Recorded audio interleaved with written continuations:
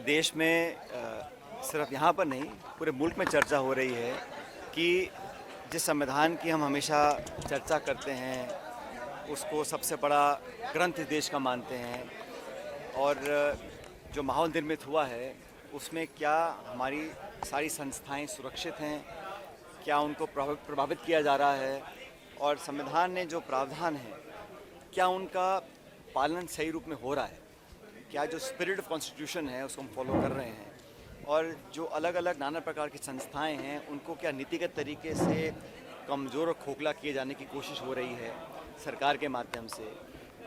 जैसा उदाहरण दे रहा हूं मैं आपको, जो चीफ इलेक्शन कमिश्नर है उसके चयन के लिए जो प्रक्रिया थी उसमें चीफ जस्टिस थे, लीडर ऑफ अपोजिशन थे और प्रधानमंत्री थे। ये एक बहुत पुरानी परंपरा थी। अब उसको बदल कर उसमें प्राइम मिनिस्टर हैं, एक मिनिस्टर हैं और एलओपी हैं, और बहुमत से निर्णय होता है। तो 2-1 का बहुमत हमेशा सरकार के पास रहेगा। तो चीफ जस्टिस को उसमें से हटा दिया गया है। इलेक्शन कमीशन को हमने महाराष्ट्र चुनाव के बाद रिक्वेस्ट की थी कि हमको वोटर लिस्ट दी जाए। कोर्ट के आदेश के बाद कोर्ट ने कहा कि हर पॉलिटिकल पार्टी को अधिकार है कि वोटर लिस्ट और तमाम डिटेल्स हमको दी जाएं। कोर्ट के निर्णय के बाद निर्वाचन आयोग ने, सरकार ने कानून बदल दिया कि डिटेल्स हम शेयर नहीं करेंगे। तो इस प्रकार से संस्थाओं का जब दुरुपयोग होता है, उनका मिसयूज़ होता है, उनको कमज़ोर किया जाता है, तो चिंता का विषय है। और हमारे लोकतंत्र में, हमारे गणतंत्र में सिर्फ चुनाव लड़ना ही लोकतंत्र नहीं है। संस्थाओं को जीवित रखना, संस्थाओं की विश्वसनीयता को जीवित रखना, संस्थाओं को चलाने वाले लोगों की चयन प्रक्रिया को हम उसको धूमिल ना करें, उसको पारदर्शी रखें, ये बहुत महत्वपूर्ण है। इसलिए ये ज़रूरी हम इस प्रकार के संवाद होते रहें, चर्चा होती रहे सिविल सोसाइटी के साथ, पार्लियामेंट के अंदर लोगों के साथ, क्योंकि ये देश सबका है। और मैं समझता हूँ जितनी जिम्मेदारी पक्ष की है लोकतंत्र में, उतनी विपक्ष की भी है। विपक्ष के नाते हम लोग सवाल उठाएं, सवालों के जवाब मांगें, पारदर्शिता की मांग रखें, जवाबदेही तय करें। पार्लियामेंट के अंदर चर्चा हो नहीं पाती है। जो संवाद, जो डिस्कशन, जो डिबेट्स होने चाहिए मुद्दों को लेकर, इस बार पिछले सत्र में बहुत सारे मुद्दों को उठाया गया लेकिन चर्चा हुई नहीं। तो मुझे लगता है कि इस प्रकार की जो परिस्थिति पैदा हो रही है, ये एक चिंता का विषय है और हम सबको मिलकर इसमें आगे के रास्ते ढूंढने पड़ेंगे। मुझे खुशी है कि आज बहुत लोगों ने अपनी बात को रखा, अनेक लोगों से हमारी चर्चा हुई है, और मैं हमेशा कहता हूँ कि 70 साल से जो भी सरकार आई है उसने इन संस्थानों को सिंचित करने का काम किया है।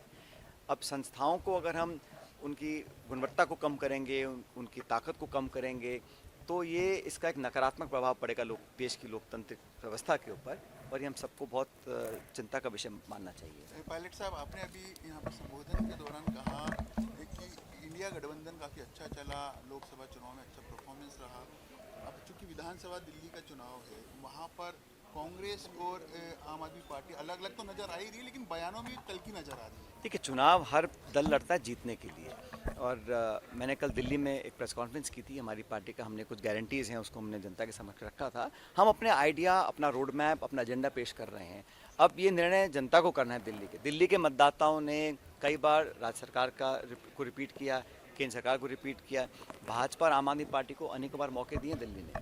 दिल्ली के लोगों ने दोनों पार्टियों को देख लिया, लेकिन वहाँ पर जो टकराव पैदा हो रहा है, वहाँ पे जो आरोप प्रत्यारोप की राजनीति हो रही है, शीश महल और राजमहल, और कितने करोड़ किसने मकान पे खर्च किए, कितने नहीं किए, उस विवाद में जो चुनाव सिमटता चला जा रहा है। कांग्रेस पार्टी ने एक वैकल्पिक व्यवस्था के लिए एक रोड मैप दिया है, अलग अलग गारंटीज हम दे रहे हैं, और कांग्रेस में शीला जी के समय जो काम हुए दिल्ली के अंदर 15 साल, वो सबने देखे हैं। तो हम उसके दल पर वोट मांग रहे हैं। अलग अलग राज्यों में राज्य की इकाई का भी एक इनपुट हम लोगों को मिलता है, और जैसा इंडिया गठबंधन के तमाम नेता बोल रहे हैं, हम लोग भी बोल रहे हैं कि इंडिया गठबंधन मजबूत है और पहले से ज़्यादा मजबूत रहेगा। लेकिन अलग अलग राज्यों में कभी कभी जो विधानसभा के चुनाव आते हैं उसमें हम अपना अलग स्टैंड लेते हैं। उदाहरण के तौर पर झारखंड में हम लोग मिलकर चुनाव लड़े, हमारी पार्टी सरकार का पार्ट है। जम्मू कश्मीर में हम मिलकर चुनाव लड़े, लेकिन आज हम सरकार का पार्ट नहीं है। और दिल्ली में, जैसे पंजाब में हम आमने सामने लड़े थे, दिल्ली में मुकाबला कर रहे हैं, और हम लड़ रहे हैं, जीतने के लिए लड़ रहे हैं। जनता निर्णय करेगी। सर, राजस्थान सरकार की तरफ से जिले संभाग समाप्त किए गए, आंदोलन भी हुए, बजट सेशन भी आ रहा है, तो इस तरह कांग्रेस स्टैंड लेगी। ये सरकार, जो मैंने पहले भी कहा, पूरी तरह कंफ्यूज्ड है। इनको पता नहीं, पहले तो घोषणा की सब जिले निरस्त कर देंगे, फिर कमेटी बनी, फिर कुछ किए कुछ नहीं किए, क्या मापदंड है किसी को पता ही नहीं है। या सरकार या तो मापदंड तय करे पारदर्शी तरीके से कि ये फला फला डेटा पॉइंट है, इसके आधार पर हम निर्णय ले रहे हैं।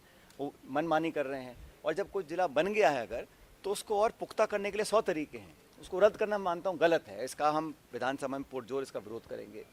अब भर्तियाँ हैं, सरकार की एजेंसी कहती है होना चाहिए रद्द, मंत्री रोज़ दावा करते हैं रद्द होना चाहिए, सरकार कर नहीं रही। क्या मजबूरी है, क्यों नहीं करना चाहते हैं? अपनी खुद की एजेंसी पर सरकार को विश्वास नहीं है।